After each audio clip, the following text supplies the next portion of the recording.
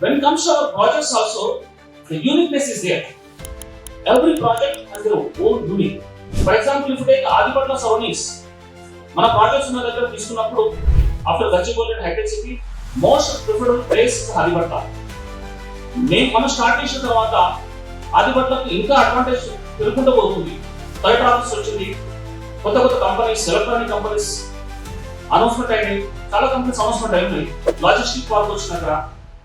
So ఇలా add అవుతూ పోతూ ఉన్నాయి. మనం ఏ ప్రాజెక్ట్ స్టార్ట్ చేసినా అక్కడ ఒక అడ్వాంటేజ్ ఉంది.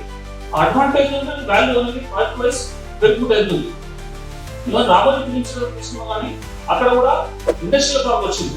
Almost small scale industries, almost 1000-2000 small scale industries వచ్చినాయి. మనం స్టార్ట్ చేసినప్పటి నుంచి స్టెప్ బై స్టెప్ అడ్వాంటేజ్ పెట్టుకుంటూ పోతున్నాయి. Selection of the projects most important. మనం సెలెక్ట్ చేసిన అక్కడ అపార్చునిటీ ఉంది, పెరగడానికి స్కోప్ ఉంది. కాబట్టి మనం అక్కడ చేస్తున్నాము. మనం చేసినప్పుడు ఏముందా, ఏం లేదు, అక్కడ గుట్టలాగానే ఉండదు, జంగల్ లాగా ఉండదు. మనం స్టేట్ చేసిన తర్వాత దాని వాల్యూ మొత్తం పెరుగుతూ పోయింది. చుట్టుపక్కల విలేజెస్ 3-4 విలేజెస్ వాల్యూ పెరిగింది.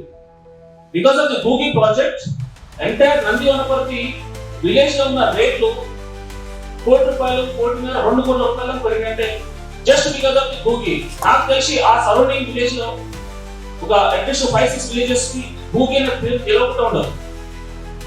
Googi is a brand.